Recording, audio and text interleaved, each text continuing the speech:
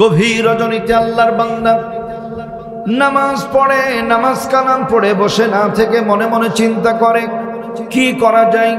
আল্লাহ রাব্বুল আলামিন বলেন, ইন্না কুরআনাল ফাজরি কানা মাশহুদা, নিশ্চয় ফজরের পূর্বের তেলাওয়াতটা আমার আল্লাহর দরবারে বড় পছন্দনীয়, বড় ভালো লেগে যায়। আলহামদুলিল্লাহ বলি। ফজরের সময় নিরিবিলি পরিবেশে তেলাওয়াত আল্লাহর কাছে খুব পছন্দ হয়। আবুল বারাকাত কোরআনে হাকিমের তেলাওয়াত করেন। যখন সকাল হয়ে গেল মাকে ডাক দেয়, মা আমি আপনার বাসায় বসে বসে খাবো না, আমাকে একটু অনুমতি দেন, আমি কাজ করব। বাজান কি কাজ করবা ছোট ছেলে? বলছে আপনি অনুমতি দেন, আমি ব্যবস্থা করে নিব। মা অনুমতি দেয়। আবুল বারাকাত চলে যায় বাজারে। যাবার পরে কুড়াল কিনে এরপরে বনে জঙ্গলে চলে যায় খড়ি কাটার জন্য। কাঠ লাকড়ি সংগ্রহ করে, বাজারে বিক্রি করে, খাবার দাবার যা পায় কিনে নিয়ে চলে আসে। বাড়িতে মা খায়, বোন খায়, আবুল বারাকাত খায়। এরকম করতে করতে দুই একদিন পরে আবুল বারাকাত পরিশ্রম করে কাজ করে বাড়ির দিকে যখন ফিরে, ঘরের ভেতর থেকে আবুল বারাকাতের মায়ের কণ্ঠের মায়াবী কান্নার আওয়াজ কানে ভেসে আসলো। আবুল বারাকাত বোনকে জিজ্ঞেস করে, বোন কি হয়েছে মায়ের? বলছে আমি বলতে পারবো না, মাকে গিয়ে জিজ্ঞেস করো। আবুল বারাকাত যায়, জিজ্ঞেস করে মা কি হয়েছে? বলছে না বলা যাবে না। বলে না বলতেই হবে, কেন বলবেন না? আমি আপনার ছেলে। এক পর্যায়ে যখন পিড়াপিড়ি করে, ভদ্র মহিলা বলে নজর করে দেখো, মালদ্বীপের রাজার সৈন্যগুলি দাঁড়িয়ে আছে। বলছে হ্যাঁ আছে। কেন? বলছে মালদ্বীপে একটা পুরাতন প্রথা চালু আছে। এই মালদ্বীপে প্রতি বছর দেশের সবচাইতে সুন্দরী মেয়ে যারা, তাদের নামে লটারি করা হয়। লটারিতে যেই মেয়েটার নাম ওঠে, ওই মেয়েটাকে মালদ্বীপের সাগরের পাদদেশে একটি মন্দির আছে, ওই মন্দিরে রাখা হয়। মন্দিরে রাখার পরে রাত্রি যখন গভীর হয়ে যায়, মালদ্বীপের সাগর থেকে একটা দানব উঠে, দৈত্য উঠে। ওঠার পরে মেয়েটার কণ্ঠরানি কামড়ে ধরে গলা থেকে রক্তগুলো চুষে খেয়ে ফেলে ধুয়ে চলে যায়। সকাল যখন হয়ে যায়, লাশ পড়ে থাকে। আপনজন আত্মীয় স্বজনের কাছে মালদ্বীপের সৈন্যগুলি লাশটাকে, মৃত লাশটাকে পৌঁছে দেয়। ঠিক আজকে সেই দিন আমার মেয়েটাকে নেয়ার জন্য মানুষগুলো দাঁড়িয়ে আছে।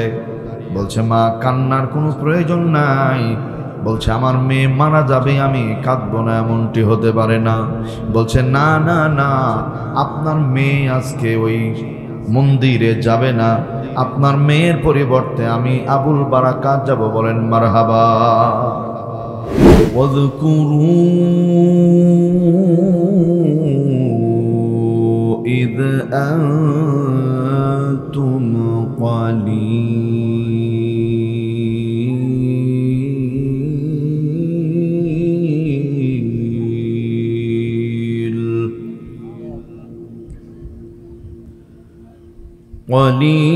قليل مستضعفون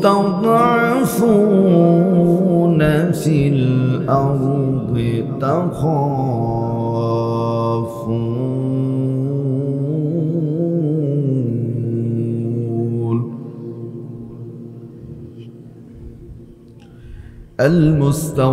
المستضعفون في الأرض تخافون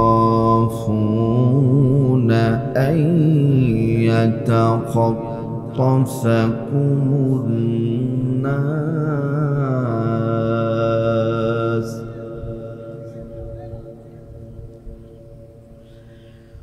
الله أكبر بسم الله الرحمن الرحيم واذكروا إذ أنتم قليل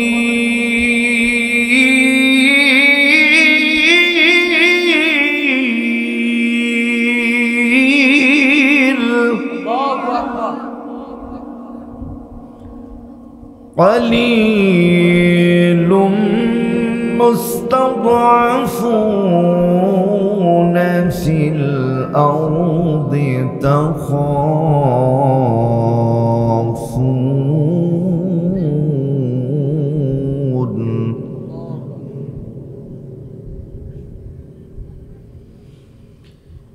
المستضعفون في الأرض تخافون أن يتخطفكم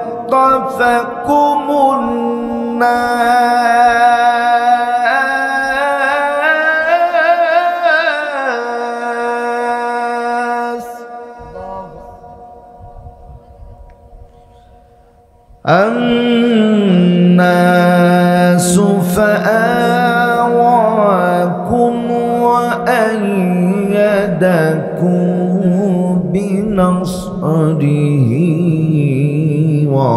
ورزقكم من الطيبات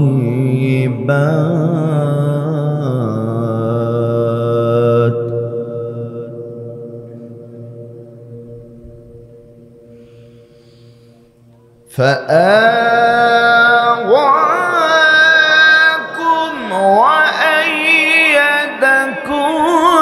بنصره ورزقكم من الطيبات لعلكم تشكرون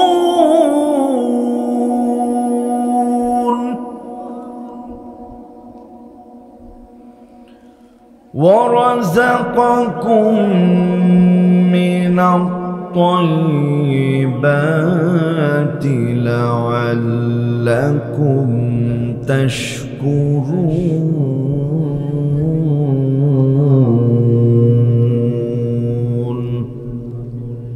آمنت بالله صدق الله العلي العظيم وصدق رسوله النبي الحبيب الكريم ونحن على ذلك من الشاهدين والشاكرين والذاكرين والعاشقين والحمد لله رب العالمين.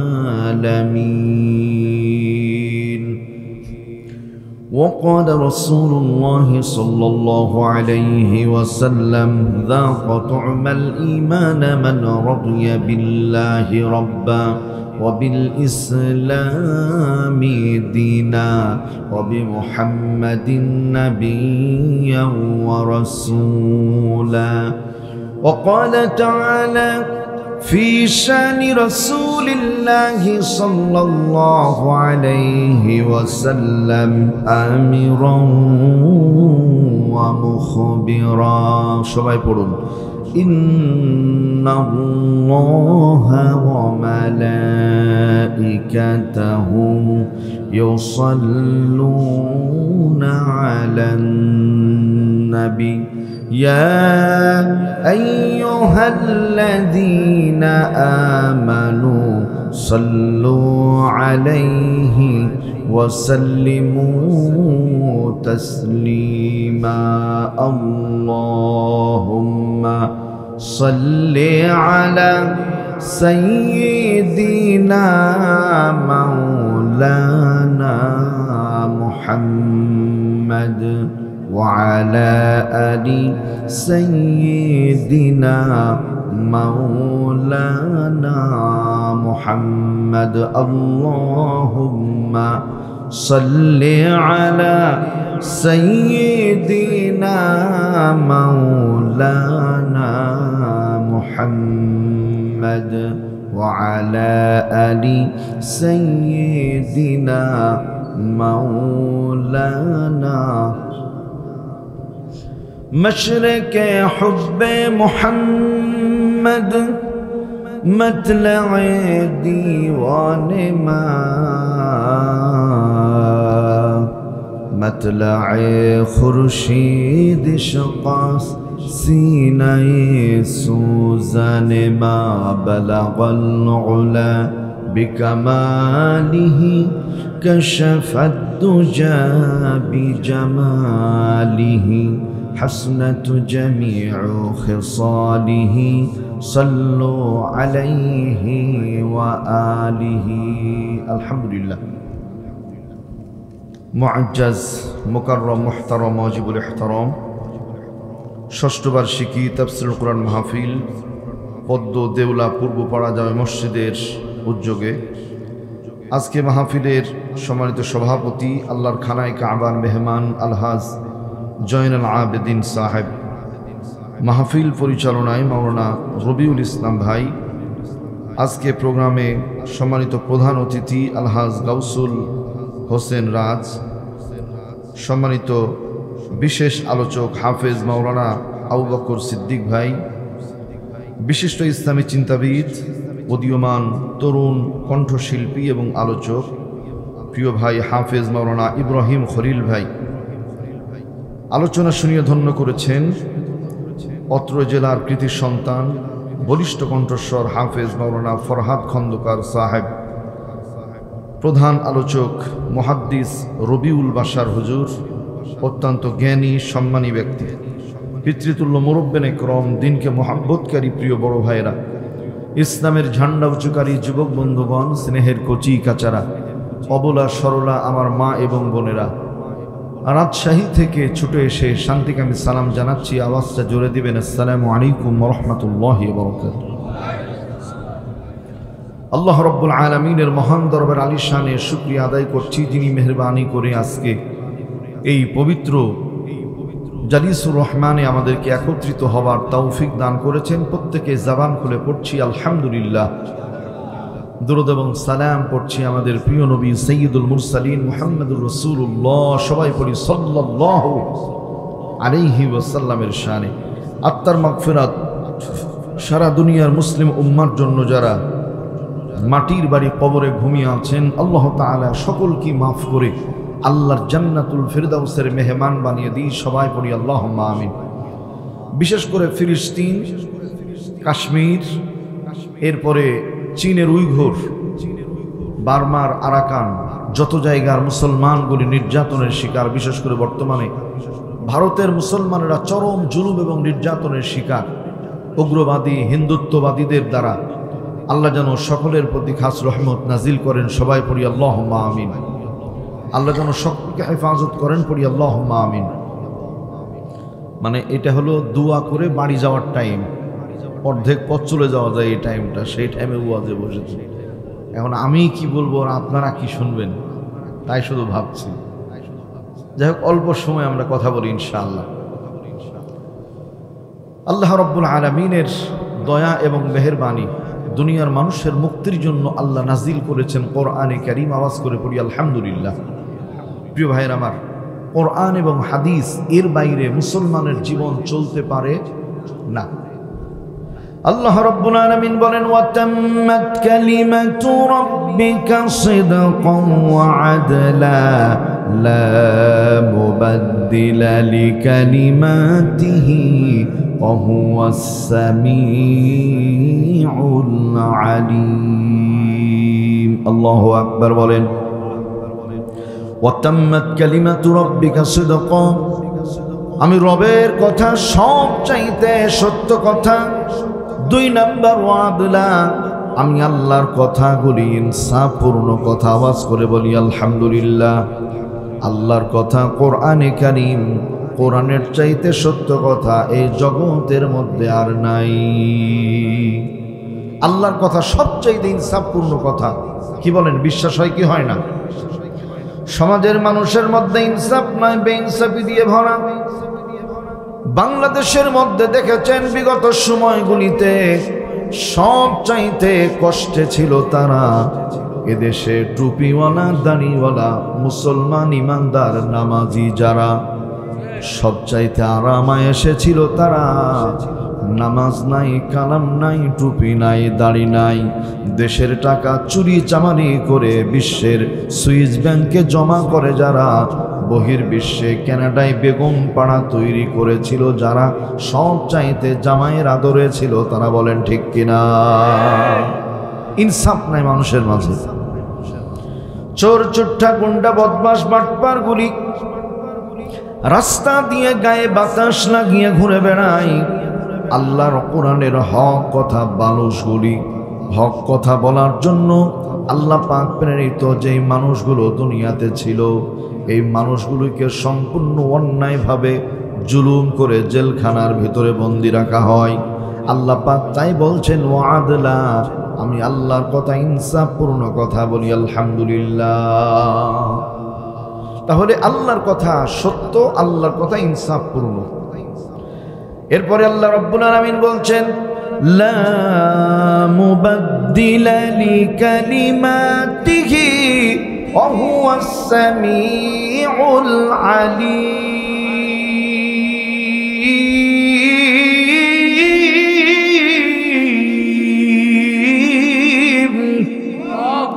আমি রবের কথা কোনো পরিবর্তন হয় না। কোরআনে কারীম নাজিল হয়েছে 1440 বছর পূর্বে। আগের নামাজের শুরুতে পড়া হতো সূরাতুল ফাতিহা। এখন নামাজের শুরুতে কোন সূরা পড়া হয় বলেন? সূরা ফাতিহায় পড়া হয়। ইনশাআল্লাহ কিয়ামত পর্যন্ত সূরা ফাতিহা পড়া হবে। তার মানে আল্লাহর বিধানের মাঝে লা মুবাদ্দিলা লিকালিমাতি কোনো পরিবর্তন হয় না, বলি সুবহানাল্লাহ। বাংলাদেশের জন্য কয়েকটা গুরুত্বপূর্ণ বক্তব্য, তার মধ্যে 1 নাম্বার, এ দেশটা স্বাধীন হওয়া আজকে 54 বছর। স্বাধীনতার সূর্য বাংলাদেশে উদিত হওয়ার পরে দেশের জন্য একটি সংবিধান রচনা করা হয়েছে। সেই সময় যিনি সংবিধান রচনা করেছিলেন ওই লোকটার নাম ছিল ডক্টর কামাল, গণফোরামের সভাপতি। প্রিয় বন্ধুগণ আমার, সেই সময় ডক্টর কামাল এদেশের একজন স্বরাষ্ট্রমন্ত্রী ছিল। এই সংবিধানটাকে রচনা করার পরে নিয়ে যাওয়ার কথা ছিল পাকিস্তানের লাহোরে, বগলে চেপে নিয়ে সর্বপ্রথম গিয়েছিল দিল্লিতে। যার কারণে ভারতের লোকজন সংবিধানের মধ্যে যা দিয়েছে ওইটাই আছে, এর মধ্যে আল্লাহর কোরআন নবীর হাদিসের কথা নাই।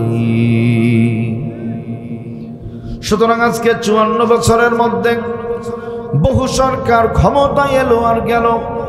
যেই সরকার যখন ক্ষমতায় যায় বাংলাদেশের সংবিধানটাকে মন মতো পরিবর্তন করে নেয়। বারবার সংবিধান পরিবর্তন করার পরে এ পর্যন্ত একটাবার বাঙালি জাতি শান্তির মুখ দেখতে পায় নাই। সহজ ব্যাখ্যা, এই সংবিধান থাকবে যতদিন শান্তি পাওয়া যাবে না ততদিন। এই জন্য এই সংবিধান জাতির কল্যাণ আনতে পারে না, বলেন ঠিক কিনা? তাহলে কি হলে কল্যাণ হবে? এটা সমস্যা গেল, সমাধানের পথ। নবীজি সাল্লাল্লাহু আলাইহি ওয়াসাল্লাম বলেন তারাকতু ফীকুম আমরাইন, আমি চলে গেলাম দুইটা জিনিস তোমাদের মাঝে রেখে গেলাম। লান তাদিল্লু মা তামাসসাকতুম বিহিমা, যদি শক্ত করে আঁকড়ে ধরো কোনোদিন পথভ্রষ্ট হবে না। 1 নাম্বার কিতাব আল্লাহ, আল্লাহর কোরআন। 2 নাম্বার সুন্নাত রাসূলি, নবীজির সুন্নাহ। তার মানে কোরআন সুন্নাহ যেখানে শান্তি আছে সেখানে, কোরআন সুন্নাহ নাই যেখানে শান্তি নাই সেখানে, বলেন ঠিক কিনা? সকলেই সৌদি আরবের কথা বলে, আমি সৌদির কথা বলছি না, এখন আফগানিস্তানের কথা বলছি। কি বড় ভাই, আফগানিস্তানে শান্তি আছে না নাই?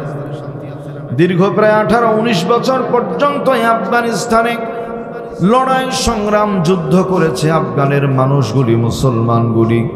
লড়াই সংগ্রাম করার পরে রাশিয়ান সৈন্যদেরকে বেইজ্জতি জিল্লতি করে আল্লাহ জুতা পিটা করে সেখান থেকে বিদায় করে দিয়েছে।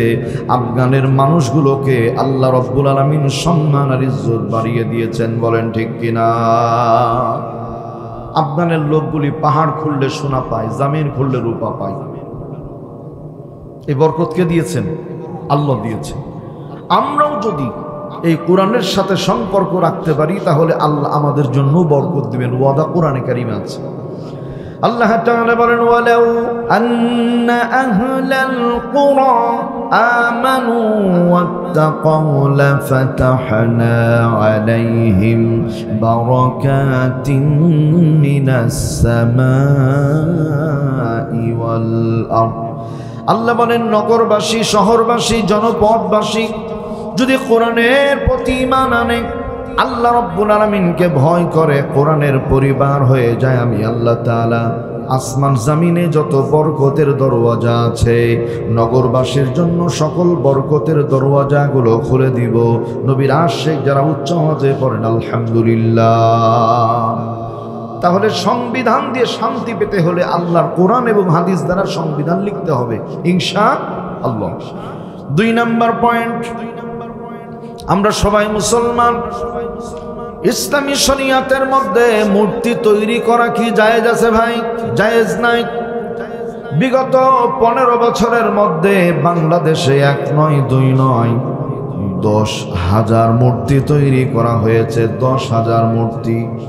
এই 10,000 মূর্তি তৈরি করতে 4,000 কোটি টাকা খরচ হয়েছে।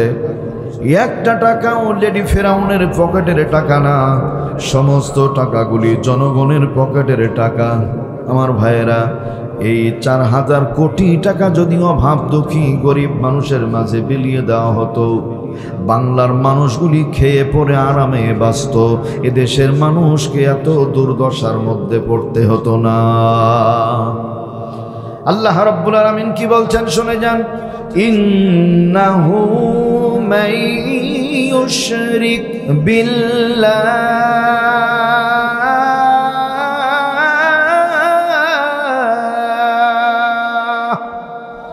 নিশ্চয় আল্লাহর সাথে শরীক করে যারা মুশরিক তারা ফাকাদ হারামাল্লাহু আলাইহিল জান্নাহ, তাদের জন্য আল্লাহ জান্নাতকে হারাম করে দেন। ওয়া মাওয়াহুন নার, আল্লাহ জাহান্নামকে ওয়াজিব করে দেন।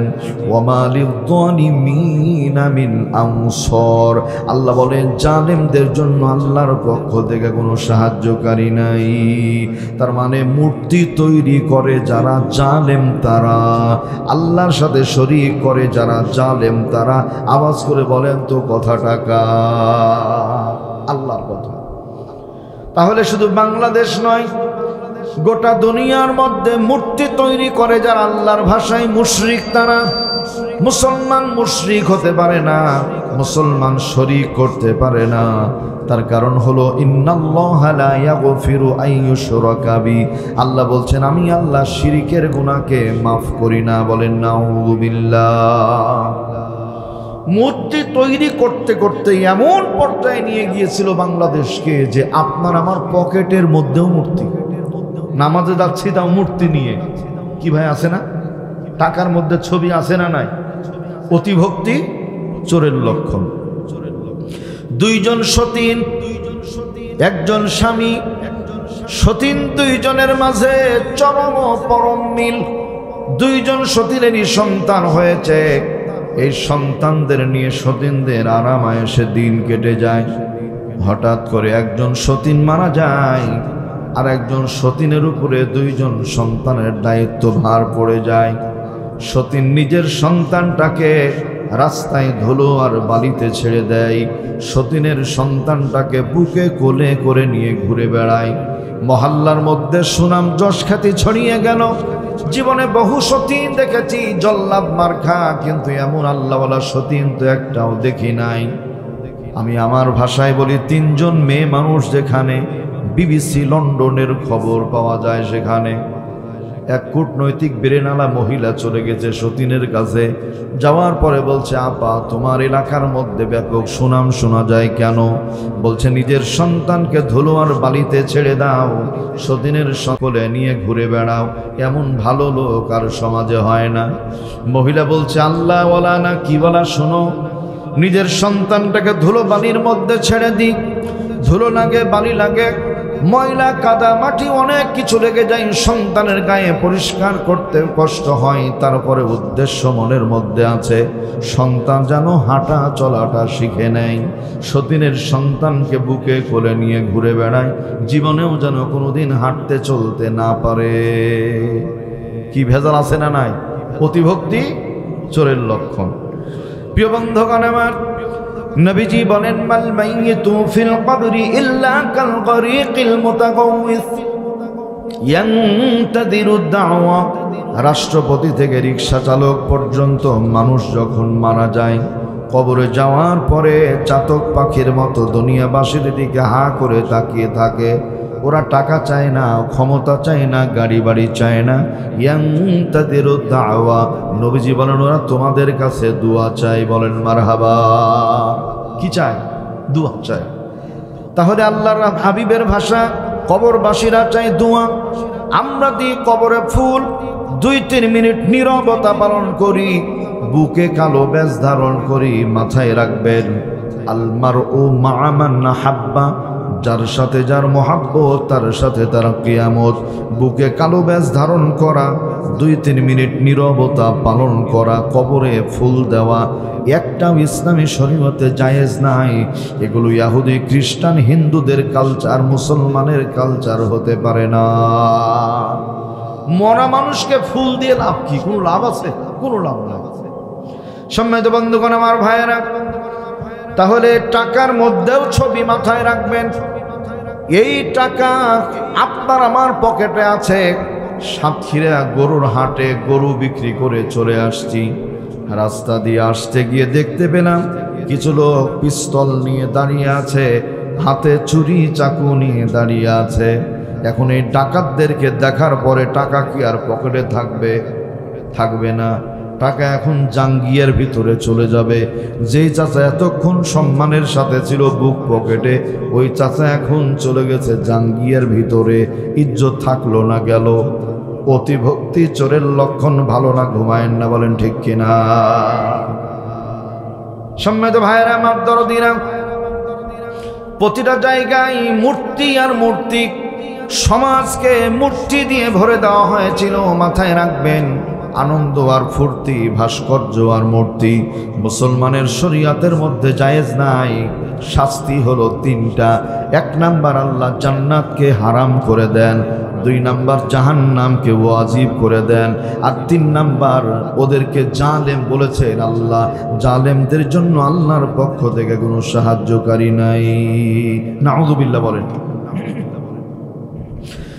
সম্মানিত বন্ধুগণ, আমার ভাইয়েরা, এবার 3 নাম্বার পয়েন্ট খেয়াল করেন।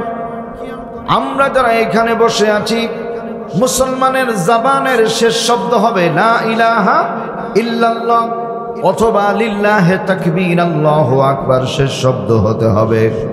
বাংলাদেশে এমন কিছু স্লোগান চালু আছে যে স্লোগান দিলে একটাও নেকি হয় না, একটাও সওয়াব হয় না। কি ভাই, আছে না? না, খেয়াল করেন। জালো জালো, আগুন জালো, নেকি হবে? হবে না। গড়ো গড়ো, কোনো নেকি নাই। বাংলাদেশ জিন্দাবাদ, কোনো নেকি নাই।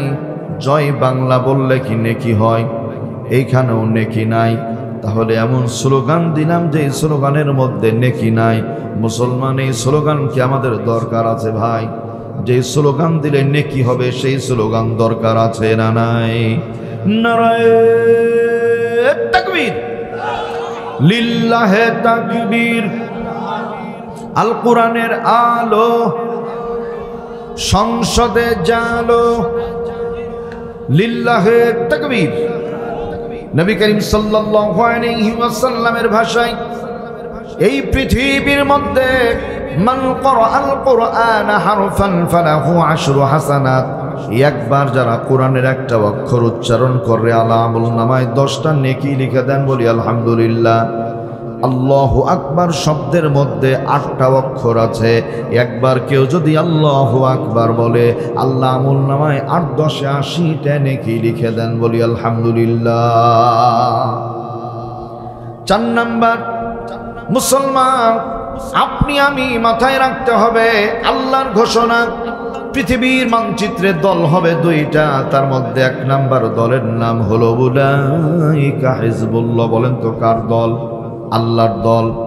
আলা ইন্না হিজবাল্লাহি হুমুল মুফলিহুন। আল্লাহর দলের মানুষ যারা সফল কাম, তারা বলুন আলহামদুলিল্লাহ। 2 নাম্বার উলাইকা হিজবুশ শাইতান। আলা ইন্না হিজবাশ শাইতানি হুমুল খাসিরুন। 2 নাম্বার দলের নাম হলো শয়তানের দল। শয়তানের দলের লোক যারা দুনিয়ার মধ্যে আখিরাতের মধ্যে ক্ষতিগ্রস্ত হবে, তারা সবাই বলতে হবে কথাটা কার? আল্লাহর দলের লোক যে সফল কাম, একটা উদাহরণ খেয়াল করে। সম্মানিত ভাইয়েরা আমার, সৌদি আরব থেকে এই লোহিত সাগর, সৌদির যে সাগর আছে নোনা পানি, জেদ্দা এয়ারপোর্টের পাশে সাগর আছে, দেখান এক মানুষ পানির নিচে যেই মাছ আছে সেই মাছগুলি দেখা যায়, স্বচ্ছ টলটলে পরিষ্কার পানি। আমাদের অঞ্চলে কিন্তু তা হয় না, মানে এক হাত ভিতরে গেলেই আর মাছ দেখা যায় না, পানি ঘোলা। ওখানে এত পরিষ্কার পানি যে এক মানুষ নিচে যদি মাছ থাকে সেইটাও দেখা যায়, কিন্তু পানি ব্যাপক নোনা, এত লবণাক্ত পানি। আমি খুব শখ করে ওযু করার জন্য নামলাম, তো যেমনি গায়ে হাতে মুখে পানি দিয়েছি তো দেখি আঠা আঠা হয়ে যাচ্ছে, মুখে রাখা সম্ভব না। এই জেদ্দা এয়ারপোর্টের পাশে সাগর দিয়ে ভেসে ভেসে চলে যায় বাণিজ্যিক জাহাজ। এই কাফেলার মধ্যে অনেকগুলি মানুষ আছে, এরা যাবে বহির্বিশ্বে বাণিজ্য করবার জন্য। অসংখ্য মানুষের মধ্যে একজন মানুষ আছে, আল্লাহ রাব্বুল আলামিন যাকে সিনার মধ্যে কোরআন দিয়েছেন, এই সন্তানটার নাম হলো আবুল বারাকাত। যেতে যেতে যেতে যেতে মালদ্বীপ যখন পার হবে, মালদ্বীপের সাগর পাড়ি দেবার সময় হঠাৎ করে ঝড় আর বৃষ্টি শুরু হয়ে যায়। প্রচণ্ড ঝড়ের কারণে এই বাণিজ্যিক জাহাজটা হাবুডুবু খাওয়া শুরু হয়ে গেল। মালদ্বীপের সাগরের মধ্যে বাণিজ্যিক জাহাজটা যখন ডুবে যায়, যাত্রী যারা প্রত্যেকেই আস্তে আস্তে করে সাগরের মধ্যে পানির নিচে চলে যায়। এর মধ্যে আল্লাহর গোলাম সেও একবার পানির নিচে যায়, উপরে আসে, নিচে যায়, উপরে আসে।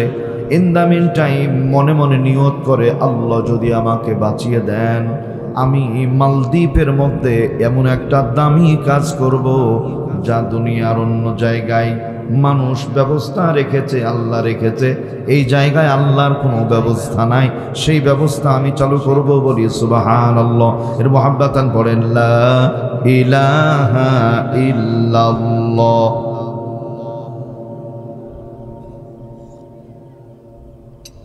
লা ইলাহা ইল্লাল্লাহ, লা ইলাহা ইল্লাল্লাহু মুহাম্মাদুর রাসূলুল্লাহ সাল্লাল্লাহু আলাইহি ওয়াসাল্লাম। আল্লাহর বান্দার মনের ইচ্ছা যে এমন কোনো ব্যবস্থা চালু করব যেটা আল্লাহ দয়া করেন, আল্লাহর কাজ হয়, মানুষের কাজ না। লক্ষ্য করেন, মানুষ যদি ভালো নিয়ত করে আল্লাহ সেইটা পূরণ করার জন্য ব্যবস্থা করে দেন। আল্লাহর এই গোলাম পানির নিচে যায়, উপরে আসে, নিচে যায়, উপরে আসে। একবার যখন চক্ষুটা পানির উপরে তুলবার সুযোগ পেয়েছে, এই কথাগুলি লেখা আছে তারিখে ইবনে বতুতার মধ্যে। আল্লামা ইবনে বতুতা রাহমাতুল্লাহ আলাইহি তিনি ঘটনাটা বর্ণনা করেছেন। আল্লাহর বান্দা আসমানের দিকে নজর করে শাহাদাত আঙ্গুলি উঁচু করে পানির ভেতর থেকে ডাক দেন, রব্বুল আলামিন, আমি তোমার গোলাম। মালদ্বীপের মধ্যে আযান শোনা যায় না, ইকামত শোনা যায় না, কোনো মসজিদের ব্যবস্থা নাই। আল্লাহ দয়া করে যদি আপনি আমাকে বাঁচিয়ে দেন, এই মালদ্বীপ শহরের মধ্যে আমি আপনার নাম উচ্চারণের ব্যবস্থা করে দিব। আওয়াজ করে বলি সুবহানাল্লাহ। আল্লাহর কুদরত। হঠাৎ করে আল্লাহর গোলাম চক্ষু খুলে দেখে পানি দিয়ে একটা তক্তা কাঠ ভেসে ভেসে যায়। পানিতে ডুবন্ত মানুষ যদি কোনো বাঁচার জিনিস পায়, লতা পাতা ছিঁড়েও কিন্তু বাঁচার চেষ্টা করে। কাঠটাকে শক্ত করে হাত দিয়ে ধরে নিয়েছে। ধরবার পরে আস্তে আস্তে করে পানির ঢেউ লাগে, যায় যায়, কিনারে পৌঁছে গেল। হুয়া দাঈফুন, সে বড় দুর্বল ছিল, বড় কষ্ট করে নদীর কিনারে উঠল। উঠে আস্তে আস্তে করে মালদ্বীপের শহরের দিকে রওনা করেছে। রাস্তার পাশে একটি বাড়ি, ওই বাড়ির দরজার কড়া নাড়ে। ভেতর থেকে একজন ভদ্র মহিলা বেরিয়ে আসে, বলে, বাবা কি তোমার পরিচয়? বলছে, আমার নাম হলো আবুল বারাকাত। বাড়ি কোথায়? বলছে, বাড়ি আমার সৌদি আরবে, মক্কায়। এ পর্যন্ত কেন এসেছো? বলছে, সে লম্বা কথা। বাণিজ্যিক জাহাজে কাফেলার সাথে আমি যাচ্ছিলাম বাণিজ্যিক কাজে। মালদ্বীপের সাগরের মধ্যে ঝড় শুরু হয়ে গেল, সঙ্গে সাথী যারা ডুবে গেল তারা আল্লাহ আমাকে দয়া করে বাঁচিয়ে রেখেছেন। মাগো, আমি আপনার সন্তানের মতো, আপনার বাসায় কি আমার একটু থাকার জায়গা হবে? মেয়েদের মন খুব নরম। মহিলার সঙ্গে সঙ্গে বলছে, তুমি আমাকে মা বলে ডেকেছ, আমার জন্য তোমার অন্তর বড় বিগলিত, দেরি করার প্রয়োজন নেই, আমার বাসায় তুমি থাকো। আমার বাড়িতে ছোট্ট একটা মেয়ে আছে, তুমি আমার ছেলের মতো বাবা থাকো। রাত্রি গভীর হয়ে যায়, মা বিছানায় ঘুমিয়ে, মেয়ে বিছানায় ঘুমিয়ে, আবুল বারাকাত তারা ঘরে ঘুমিয়ে আছে।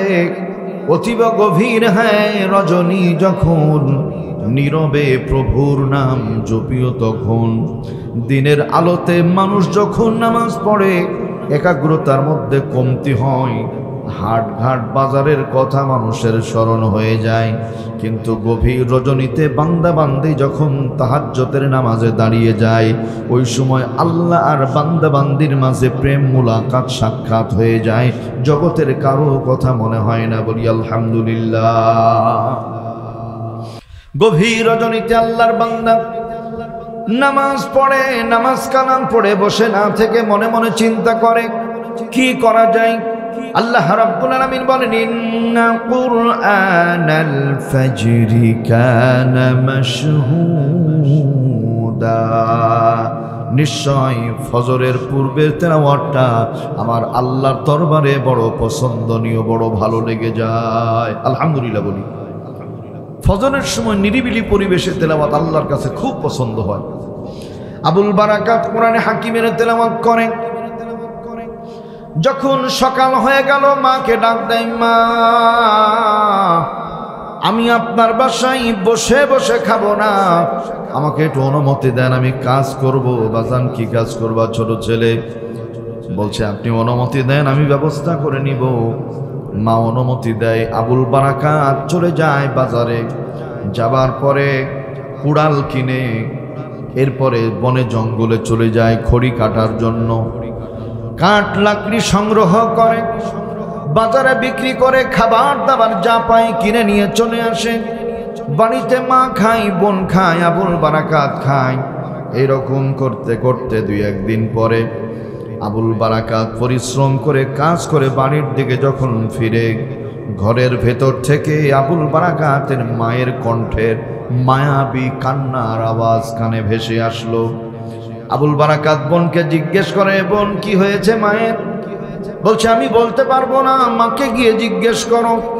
আবুল বারাকাত যায়, জিজ্ঞেস করে, মা কি হয়েছে? বলছে, না বলা যাবে না। বলে, না বলতেই হবে, কেন বলবেন না? আমি আপনার ছেলে। এক পর্যায়ে যখন পিড়াপিড়ি করে, ভদ্র মহিলা বলে, নজর করে দেখো, মালদ্বীপের রাজার সৈন্যগুলি দাঁড়িয়ে আছে। বলছে, হ্যাঁ আছে।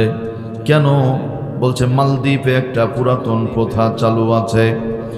এই মালদ্বীপে প্রতি বছর দেশের সবচাইতে সুন্দরী মেয়ে যারা, তাদের নামে লটারি করা হয়।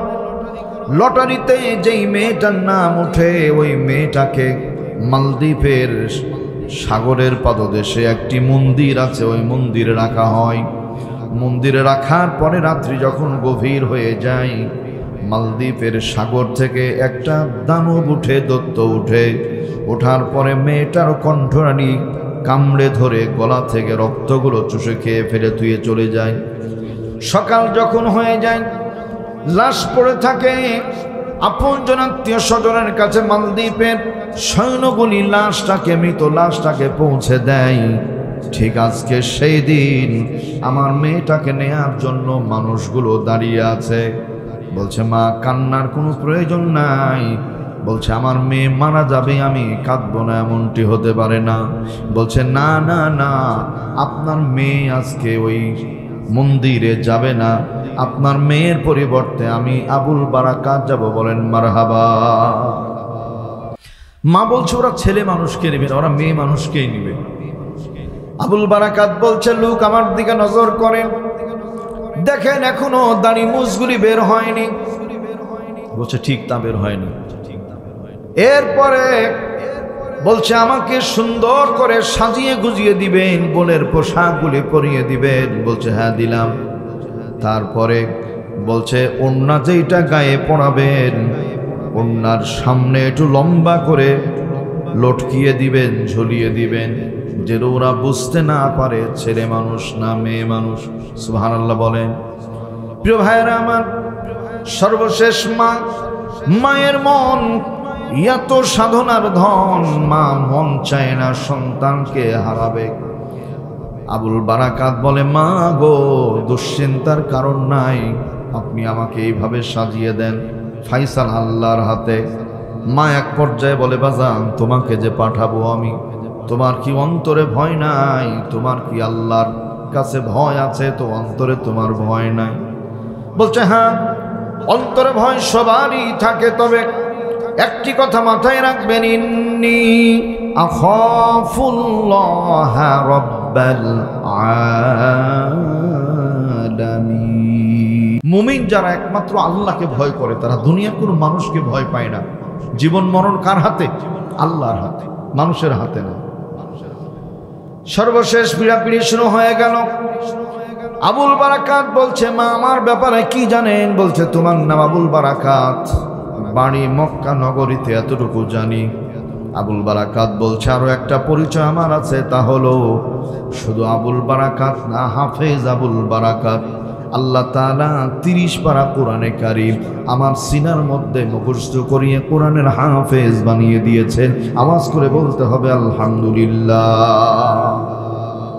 যার সিনাতে আছে কোরআন, নাইকো তাহার ডর, কোরআন ছাড়া হৃদয়খানি শয়তানেরই ঘর। কি ভাই ঠিক আছে না?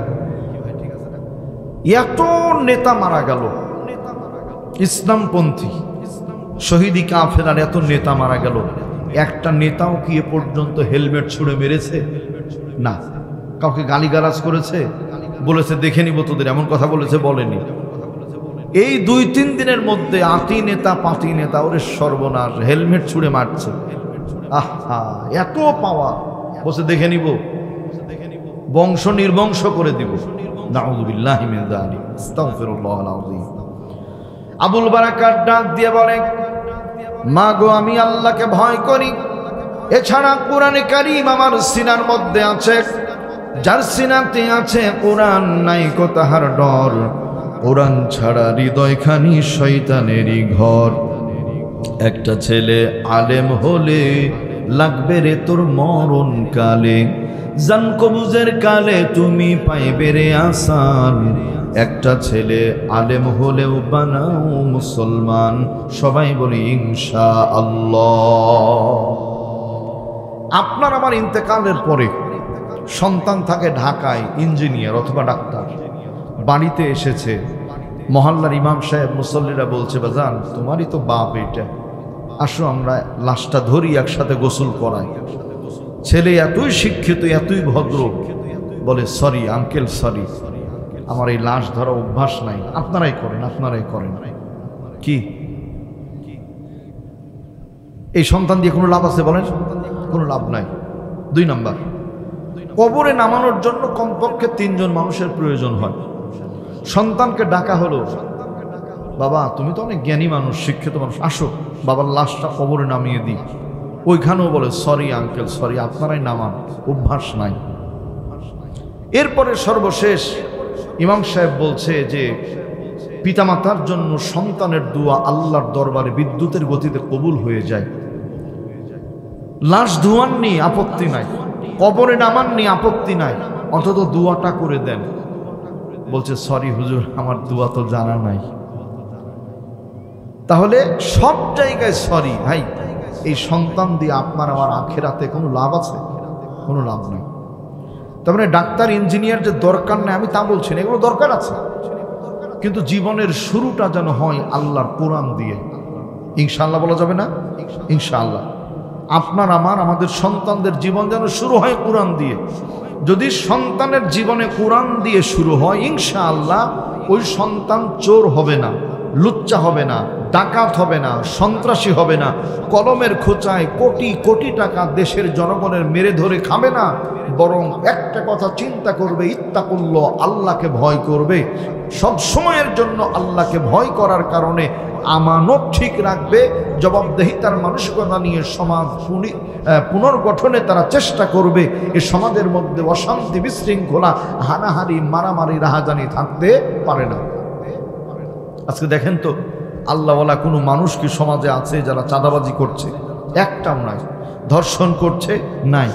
তাহলে প্রতিটা জায়গায় দিন না থাকার কারণে, ইসলাম না থাকার কারণে, কোরআন অন্তরে না থাকার কারণে অন্যায় আর অন্যায় সয়লাভ হয়ে গেছে। নাউযুবিল্লাহ মিন যালিক। সম্মানিত ভাইয়েরা আমার, এই জন্য সন্তানগুলিকে কোরআনের আলেম, হাফেজ বানাতে হবে, হাদিসের মুহাদ্দিস বানাতে হবে। তাহলে আপনার আমার ইহকালীন শান্তি, পরকালীন মুক্তি পাওয়া যাবে। আল্লাহ তৌফিক দান করেন। জবান খুলে বলি আমিন। আমার ভাইয়েরা, আবুল বারাকাত মা যখন সর্বশেষ আঁকড়ে ধরেছে, ডাক দিয়ে বলে, আমার অন্তরে তো আল্লাহর ভয়, মানুষের ভয় নাই। আবুল বারাকাতকে সাজিয়ে গুজিয়ে দেওয়া হলো, আস্তে আস্তে করে নিয়ে চলে যাচ্ছে। আল্লাহ রাব্বুল আলামিন ডাক দিয়ে বলছেন, শোনো, ওয়াযকুরু ইদ আনতুম কলিল, স্মরণ করো সেই সময়কে যখন সংখ্যায় তোমরা কম, মুস্তাদাফুনা ফিল আরদি, জমিনের মধ্যে অতি দুর্বল তোমরা, তাখাফুন, ভয় পেতে, আইয়াতাখাত্তাফাকুমুন নাস, মানুষ যেন কখন তোমাদের ধরে নিয়ে চলে যাবে, জীবনের মতো হত্যা করে ফেলবে। বলি নাউযু বিল্লাহ। আমার ভাইয়েরা খেয়াল করেন, ফিলিস্তিনের মানুষগুলি মার খায়।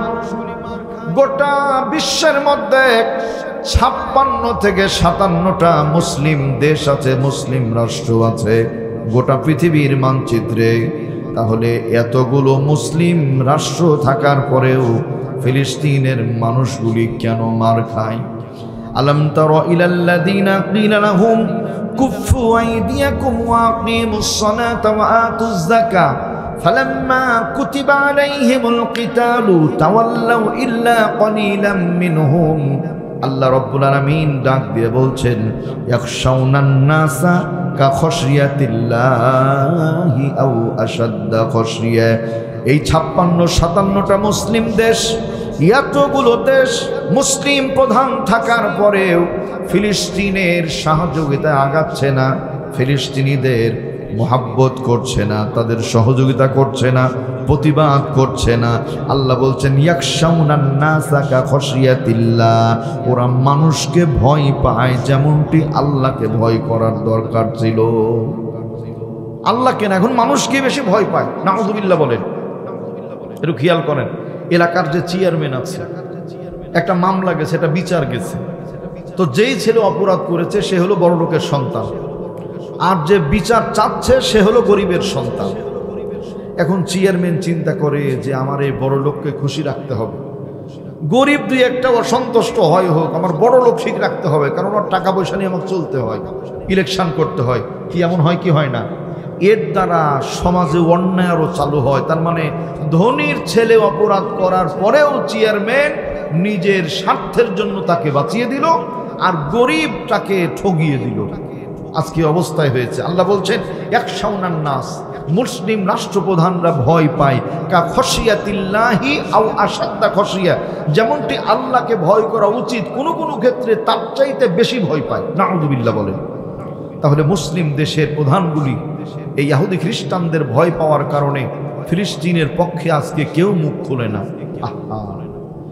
প্রিয় ভাইরা আমার, আল্লাহ রাব্বুল আলামিনের হাবিব বলেছেন, মান ক্বালা কালিমাতু আখির লা ইলাহা ইল্লাল্লাহু ফাদাখালাল জান্নাহ, যে ব্যক্তির জীবনের সর্বশেষ শব্দ হবে লা ইলাহা ইল্লাল্লাহ, সুতরাং আল্লাহ তাকে জান্নাতে দাখিল করাবেন। বলি সুবহানাল্লাহ। এজন্য আপনার আমার শব্দ দুইটার যে কোনো একটা, এক নাম্বার হলো লিল্লাহে তাকবীর, আল্লাহু আকবার, 2 নাম্বার লা ইলাহা ইল্লাল্লাহ মুহাম্মাদুর রাসূলুল্লাহ। জীবনের শেষ শব্দ যদি এইটা হয়, আল্লাহ ছাড়া কাউকে মানি না, যদি এই স্লোগান ঠিক থাকে, তাহলে আল্লাহ ছাড়া কাউকে ভয় করব না, বাতিলের কাছে মাথা নত করব না, বলি ইনশাআল্লাহ।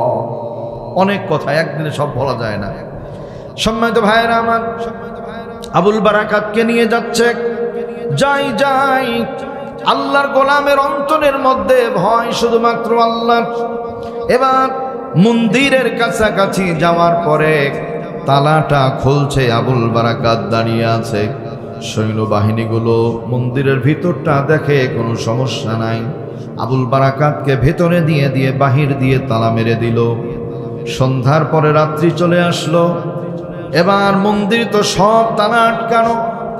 ওই সাগরের দিকে ছোট্ট একটু ছিদ্র জায়গা আছে, যেই জায়গা দিয়ে কোনো রকম সাগরটা দেখা যায়। এবার সমস্ত সৈন্যগুলো বিদায় হয়ে গেছে, রাত্রি গভীর হয়ে গেল। সাবুয়া জুদাস রহমাতাল লিল আলামিন মসজিদে ও শুধু হামারু ইয়ে জামিন। দুনিয়ার অন্যান্য নবীকে আল্লাহ সব জায়গায় নামাজ পড়ার অনুমতি দেননি, কিন্তু আপনার আমার রসুলের জন্য, রসুলের উম্মতের জন্য আল্লাহ সারা পৃথিবীকে মসজিদ বানিয়ে দিয়েছেন, বলি আলহামদুলিল্লাহ। ওখানে নামাজ পড়লে হবে, এইখানে নামাজ পড়লে হবে, বিমানেও নামাজ হবে, সাগরেও নামাজ হবে, আলহামদুলিল্লাহ বলেন। আবুল বারাকাত দেরি না করে ওই মন্দিরের মধ্যে নামাজে দাঁড়িয়ে যায়। তাহাজ্জুদের নামাজ পড়া যখন শেষ হয়েছে, আবুল বারাকাত সূরা ইয়াসিন তেলাওয়াত করে। মালদ্বীপের সাগরের ওই ছিদ্র দিয়ে আস্তে করে দেখে, মন্দিরের ছিদ্র দিয়ে দেখে পানির মধ্যে বিশাল একটা পাক শুরু হয়েছে। বন্যার সময় দেখবেন নদীর মধ্যে পাক শুরু হয়, বহু নৌকা, স্টিমার, লঞ্চগুলি ডুবে ডুবে যায়। বিশাল জায়গা পাক শুরু হয়েছে। আবুল বারাকাত নজর করে আছে, কিসের এত পাক দেখা যায়। কিছুক্ষণ পরে দেখে বিশাল এক দৈত্য দানব মাথা উঁচু করেছে, চক্ষুগুলি বিশাল বিশাল বড় বড়, বিকট আকৃতির চেহারা। আবুল বারাকাতের অন্তরে কিছুটা ভীতির সঞ্চার হয়েছে। মনের মধ্যে তখন চিন্তা হলো, ফাতাওয়াক্কাল আলাল্লাহ ইন্নাকা আলাল হাক্কিল মুবিন। সুতরাং নবী হে, আপনি আল্লাহর উপরে ভরসা করেন। নিশ্চয় আল্লাহর উপর ভরসা করে যারা হক স্পষ্ট পথে আছে তারা, বলি আলহামদুলিল্লাহ। আবুল বারাকাত আল্লাহর উপর ভরসা করে। এখন এক পর্যায়ে ওই দানব উঠেছে এরকম করে, উঠার পরে বড় বড় চোখ করে তাকায় আবুল বারাকাতের দিকে তথা মন্দিরের দিকে। আস্তে আস্তে এগিয়ে আসে। আবুল বারাকাত কোরআনে কারীম থেকে তেলাওয়াত শুরু করে দিল, বিসমিল্লাহির রহমানির রহিম,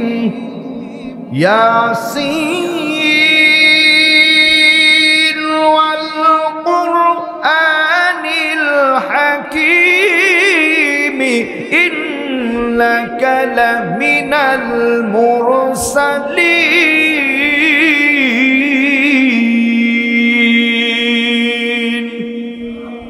ইয়াসিন তেলাওয়াত শুরু করেছে।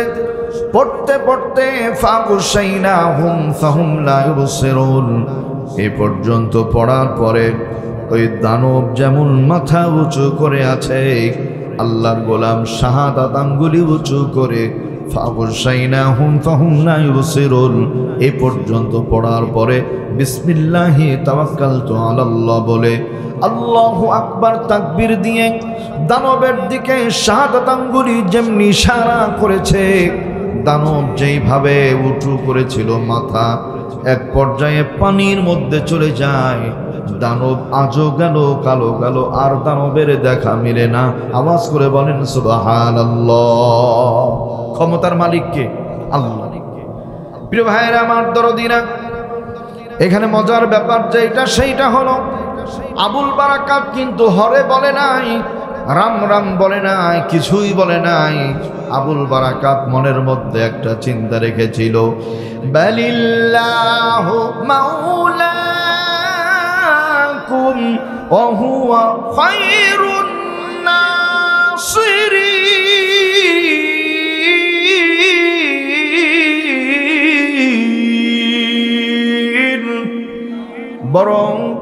একমাত্র মালিক আমাদের আল্লাহ, আল্লাহ উত্তম সাহায্যকারী। তার মানে জাতির দুর্দিনে শুধু ছাত্রগুলির দেশ নতুন করে স্বাধীন করেছে তা নয়, বলেন তো স্বাধীনতা দিয়েছেন কে?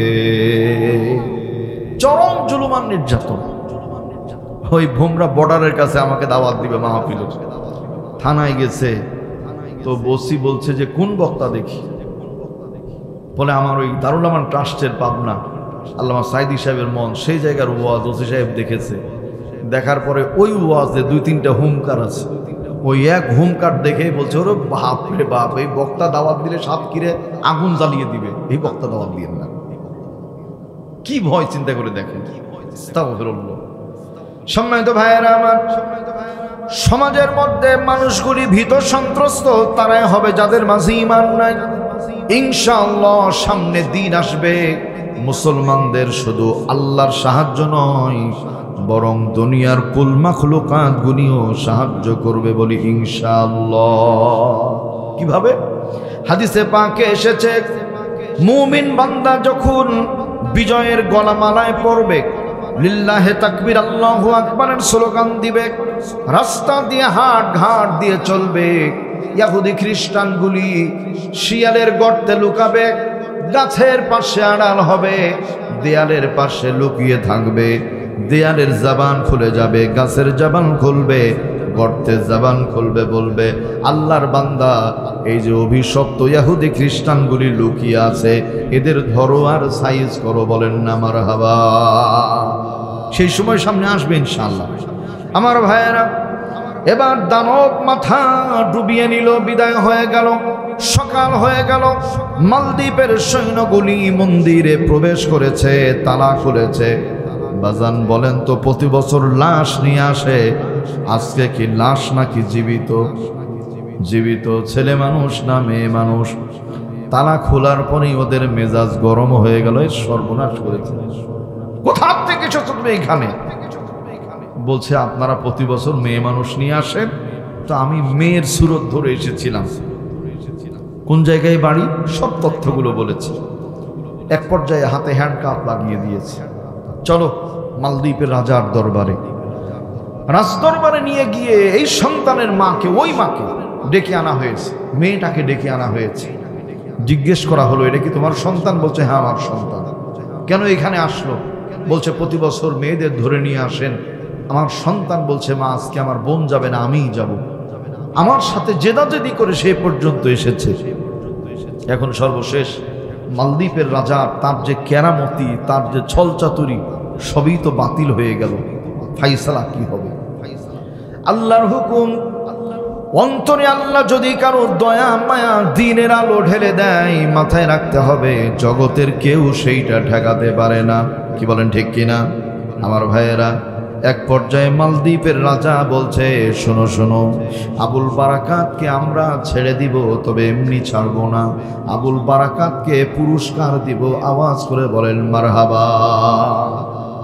কি পুরস্কার? তো বলছে 1 বছর পরে আবার ওই মন্দিরে তোমাকে যেতে হবে, রাত্রি যাপন করবা সেখানে। রাত্রি যাপন করে যদি ফিরে আসতে পারো তবেই পুরস্কার হবে, তাছাড়া পুরস্কার হবে না। নির্ধারিত সময় হয়ে গেল, 1টি বছর পার হয়ে গেল। 1 বছর পরে সর্বশেষ যখন আবুল বারাকাত ওই মন্দিরে আবার গেল, আজকে আবার একই রকম নিয়মে তেলাওয়াত শুরু করলো। বারবার সাগরের দিকে তাকাই, আর দানব দত্ত কাউকে দেখা যায় না। সুবহানাল্লাহ বলেন। সকাল হলো, মালদ্বীপের সৈন্যগুলি আবুল বারাকাতকে ধরে নিয়ে চলে আসলো। নিয়ে আসার পরে মালদ্বীপের রাজার সামনে হাজির হয়েছে। মালদ্বীপের রাজা ডাক দিয়ে বলে আবুল বারাকাত, পুরস্কার তোমাকে দিব। বলছে হ্যাঁ দেন। কি পুরস্কার? বলছে শোনো, পুরস্কারটা হলো কিভাবে তুমি ওই দানবকে খতম করলা সেইটা বলো।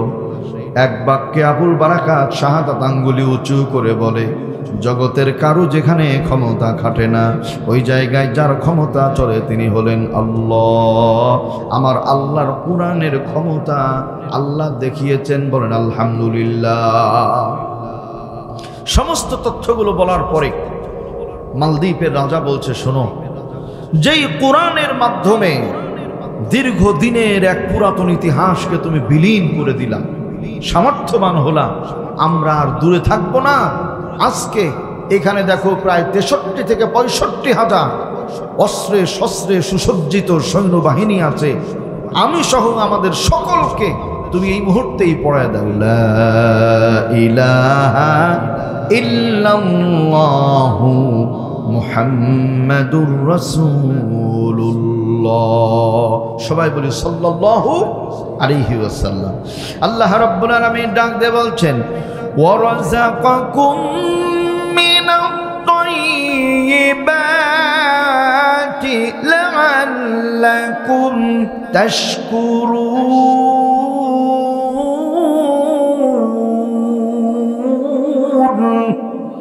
ওয়ারাযাকাকুম মিনাত তাইয়্যিবাত, আমি আল্লাহ শুধু সাহায্যই করি নাই, বরং উত্তম রিজিক দিয়েছি, পবিত্র রিজিক দিয়েছি। একটি মাত্র চিন্তায়, লাআল্লাকুম তাশকুরুন। বাজান বলেন তো শুকরিয়া হবে কার? আল্লাহ। আল্লাহর ঘর মসজিদ আমাদের আছে, আলহামদুলিল্লাহ। মসজিদ বানালাম, চাকচিক্য করলাম, নামাজ পড়লাম না, বাজান এর দ্বারা কোনো লাভ হবে? জমিন আছে, ধান লাগালাম না, খেতে পাওয়া যাবে? আল্লাহকে দোষ দিয়ে লাভ আছে? না। তাহলে জমিন আছে, জমিন আবাদ করতে হবে।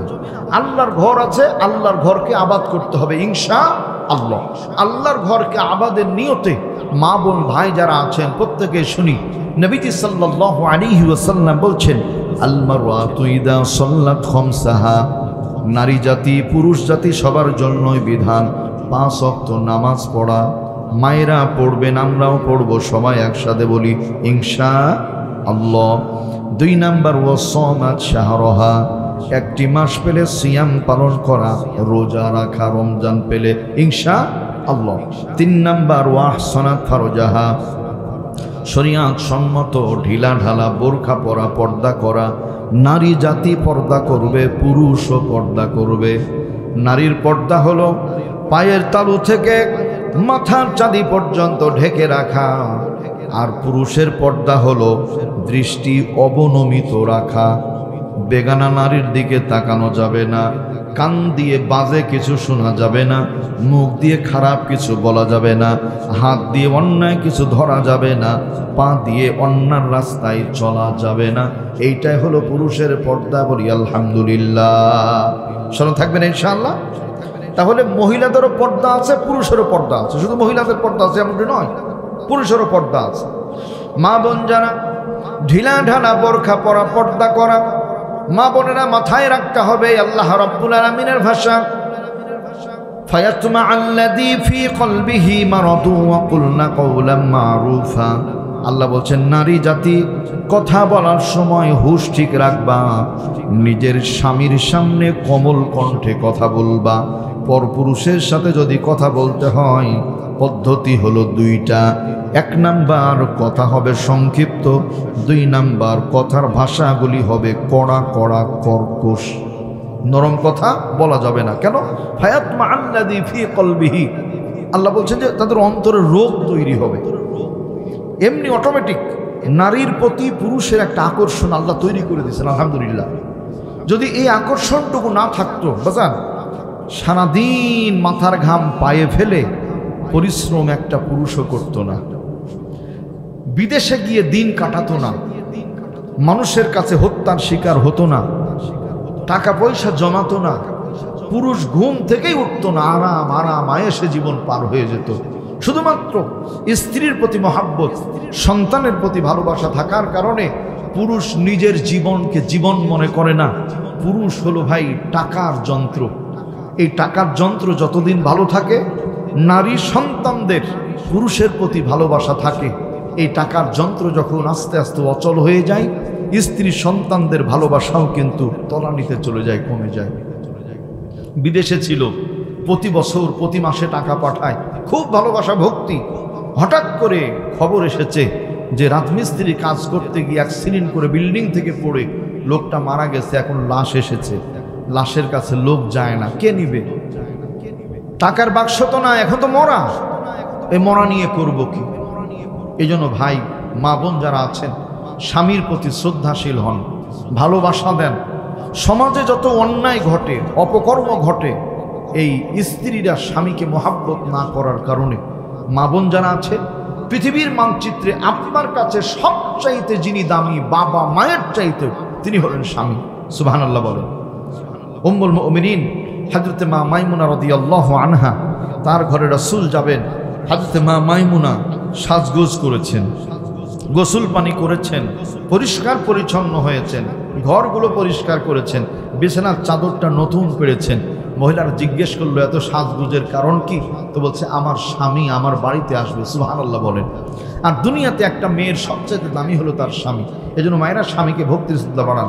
3 নম্বর পর্দা করা। 4 নম্বর ওয়াতাত বালাহা, স্বামীর ন্যায় কথার আনুগত্য করা। এই 4টি কাজ যারা করবে, আল্লাহ রাব্বুল আলামিন হাবিব বলছেন ফালতাদখুল মিন আইয়া আবওয়াবিল জান্নাতি শাআত, আল্লাহ জান্নাতের 8টি দরওয়াজা তাদের জন্য খুলে দিবেন। সুবহানাল্লাহ ওয়া বিহামদি। প্রিয় ভাইয়ের আমার, আমরা 5 ওয়াক্ত নামাজ পড়বো ইনশাআল্লাহ। হারাম খাবো না ইনশাআল্লাহ। হালাল গ্রহণ করার চেষ্টা করব ইনশাআল্লাহ। এরপরে আমরা প্রত্যেকেই পরস্পরের কল্যাণ কামনা করব, হিংসা অন্তর থেকে দূর করে দিব, ভালোবাসা মহাব্বত তৈরি করব। আর ভালোবাসা হবে কার জন্য? আল্লাহর জন্য। সর্বশেষ কথা হলো, সমাজ কিন্তু চরম অবক্ষয়ের পথে ছিল, একটু পরিবর্তন হয়েছে, একটু, অনেক না, সামান্যতম। এই সামান্যতম পরিবর্তনে হবে না, সমাজকে সোনার সমাজ বানাতে হবে ইনশাআল্লাহ। এই সোনার সমাজ বানাতে হলে আপনাকে আমাকে রাষ্ট্রীয় ক্ষমতায় ইসলামকে, কোরআনকে, হাদিসকে বিজয়ী করতে হবে। কি বলেন? কোরআন হাদিস যদি রাষ্ট্রীয় ক্ষমতায় যায় তাহলে অন্যায় হবে না, এক কথায় অন্যায় হবে না, মানুষের আল্লাহকে ভয় পাবে। আসুন আমরা সে পর্যন্ত আল্লাহ পাকের দরবারে ফরিয়াদ করি, আল্লাহ যেন আমাদের দেশ ও জাতিকে কবুল করেন। আজকের এই মাহফিল যারা আয়োজন করেছেন, আমার প্রিয় কলিজার ময়মুরব্বী, এলাকার প্রিয় যুবক বন্ধুগণ, ছোট ছোট বাচ্চারা দেখলাম কচি কাঁচা, তার অনেক পরিশ্রম করছে, বাচ্চাগুলো এখন বসে আছে। আল্লাহ যেন তাদের প্রতি তার খাস রহমত বরকত নাজিল করেন। মাহফিল কমিটিকে, মসজিদ কমিটিকে, আজকের প্রোগ্রামের সম্মানিত অতিথি যারা, আল্লাহ যেন সকলকে কবুল করেন। পড়ি আল্লাহুম্মা। আচ্ছা, আমাদের আক্কাস দোকানদার ভাই 2 ব্যাগ সিমেন্ট, মারহাবা, আল্লাহ কবুল করেন। কামরুল মুরল 2 বস্তা সিমেন্ট, মারহাবা, আল্লাহ কবুল করেন। সময় লেখাপড়া করে 200 টাকা, আল্লাহ পাক যেন তার মেধা, যোগ্যতা, স্মৃতিশক্তি বানায় দেন। পড়ি আল্লাহুম্মা আমিন। আপিল সর্দার 100 টাকা, মারহাবা, আল্লাহ তুমি কবুল করো, আল্লাহুম্মা আমিন।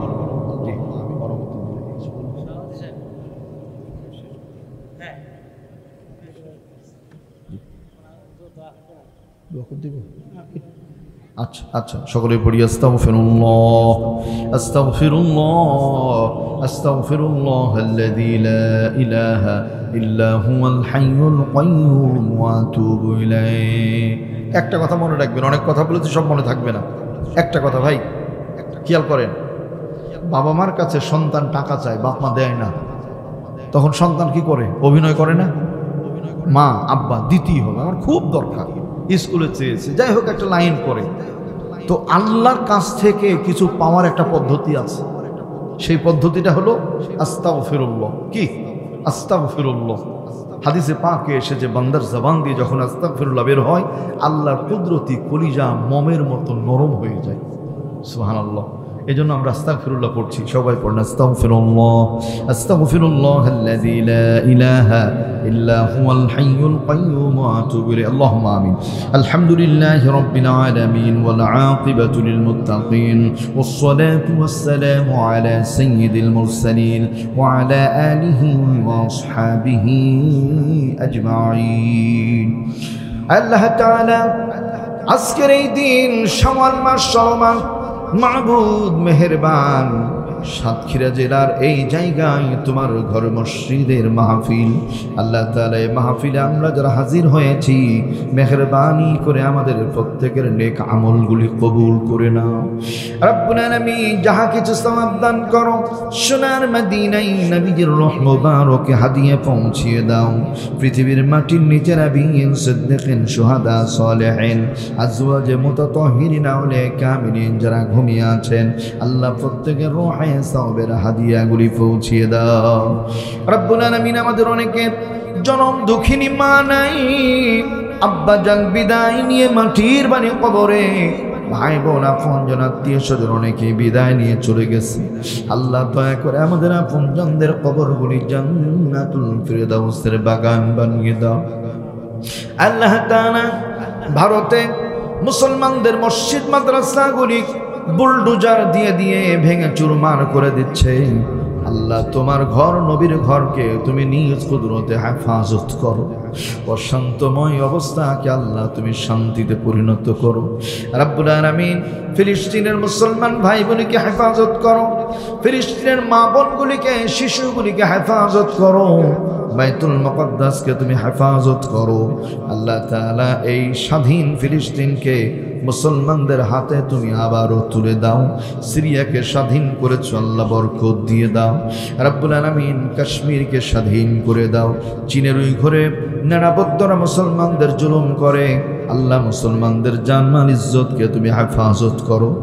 আল্লাহ তাআলা আমাদের দেশের উপরে খাস রহমত নাজিল করো। এদেশের মাটি মানুষকে ইসলামের জন্য, দ্বীনের জন্য কবুল করো।